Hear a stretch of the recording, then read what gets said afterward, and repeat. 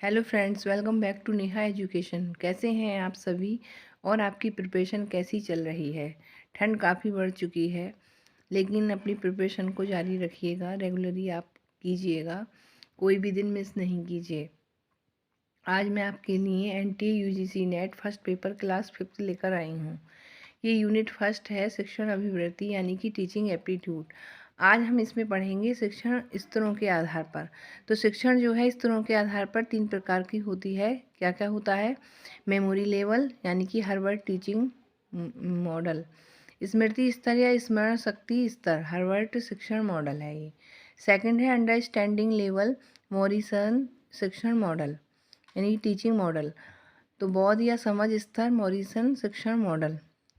Next है reflective level, Hunt's teaching model, विचारात्मक चिंतन स्तर, हंट शिक्षण मॉडल। देखिएगा, ये शिक्षण स्तरों के आधार पर जो तीनों ये मॉडल दे रखे हैं, तो इसमें से काफ़ी क्वेश्चंस पूछे जाते हैं।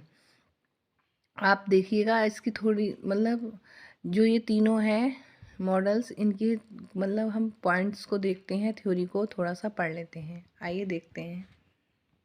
पहला आता है स्मृति स्तर यानी कि मेमोरी लेवल। यह शिक्षण के स्तर की प्रथम अवस्था है, जो कि शिक्षण का सबसे छोटा व निचला स्तर होता है। स्मृति स्तर पर अधिगम एक विचारहीन प्रक्रिया होती है। इस स्तर पर अध्यापक का उद्देश्य छात्रों की स्मृति का विकास करना होता है। इसमें तथ्यों तथा सूचनाओं को याद करना मुख्य लक्ष्य होता है। स्मृति स्तर पर प्रमुख क्रियाएं अधिगम, लर्निंग, धारण, रिटेंशन और प्रत्यास्मरण, स्मरण, रिकॉल और अभिज्ञान होता है, रिकग्निशन आदि होती हैं। इस स्तर पर छात्र तथ्यों को बिना समझे उन्हें सीधा रटवा देता है। जैसे रटने के लिए देते हैं, जैसे भारत की राजधानी क्या है? दिल्ली है। 2+2 कितना होता है? 4 होता है। और A फॉर एप्पल होता है, B फॉर बॉल होता है, लेकिन वो बॉल को समझकर ये नहीं समझेगा कि ये B फॉर बॉल है, लेकिन ये रटवा दिया जाता है। आदि तथ्य स्मृति स्तर से संबंधित है।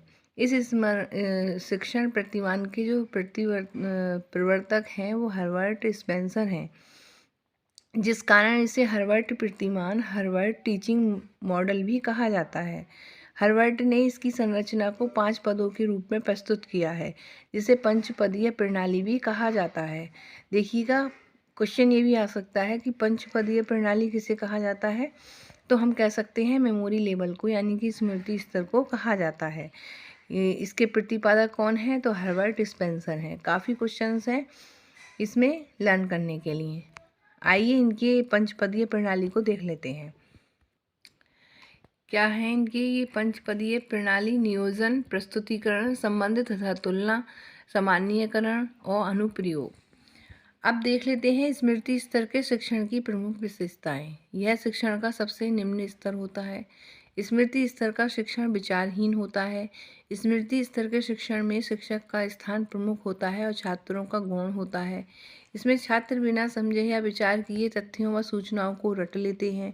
शिक्षक तथा छात्रों के बीच किसी प्रकार की सार्थक अंतःक्रिया नहीं होती है, क्योंकि इसमें कोई क्वेश्चंस नहीं पूछा जाता है और ना ही बच्चा क्वेश्चंस के आंसर देता है, बस उसको रटवा दिया जाता है।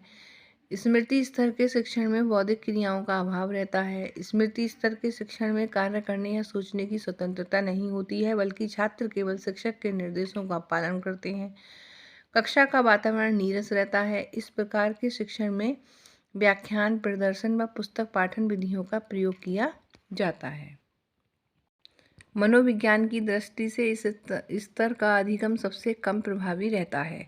अबोध स्तर या अंडरस्टैंडिंग लेवल। अबोध स्तर या बोध स्तर का शिक्षण स्मृति के शिक्षण से आगे की अवस्था है। इस स्तर के शिक्षण के लिए आवश्यक है कि पहले स्मृति स्तर का शिक्षण हो चुका हो। इस स्तर पर स्मरण किए गए तथ्यों को समझा जाता है, उनका भाव निकाला जाता है। इस स्तर पर छात्रों के बौद्धिक व्यवहार के विकास के लिए अधिक अवसर प्रदान किए जाते हैं। इसमें सूझ, अर्थ निर्माण, बोधन आदि क्रियाएं सम्मिलित रहती हैं। बोध स्तर का शिक्षण करते समय शिक्षक तथा विद्यार्थी दोनों ही पाठ के विकास में सक्रिय रूप से भाग लेते हैं। इस स्तर पर छात्र स्मरण किए गए तथ्यों का अर्थ समझते और तथा भाव निकालते हैं। कुछ क्रियाएं जैसे व्याख्यान करना, सिद्ध करना, अंतर करना, प्रयोग करना, सामान्यीकरण करना आदि क्रियाएं इसी स्तर से संबंधित होती हैं। इस शिक्षण प्रतिमान के प्रवर्तक मॉरिसन हैं, जिस कारण इसे मॉरिसन शिक्षण प्रतिमान, मॉरिसन टीचिंग मॉडल भी कहा जाता है। मॉरिसन ने बौद्ध स्तर की संरचना को निम्न 5 स्तरों में विभाजित किया है। तो किस किस में किया है? अन्वेषण यानी कि एक्सप्लोरेशन, प्रस्तुतिकरण प्रेजेंटेशन, आत्मीकरण हो गया एसिमिलेशन, और व्यवस्था ऑर्गेनाइजेशन, और बर्डन हो गया रेसिटेंशन। अब बौद्ध स्तर शिक्षण की प्रमुख विशेषताएं मैं कल पढ़ाऊंगी, क्योंकि ये काफ़ी बड़ा हो जाएगा। अब आप इस थ्योरी को लर्न कीजिएगा इतने, और इसके बाद मैं आपको अब बौद्ध स्तर शिक्षण की विशेषताएं पढ़ाऊंगी। तब तक आप इसको लर्न कीजिएगा। खुश रहिएगा, मस्त रहिएगा। Bye, take care.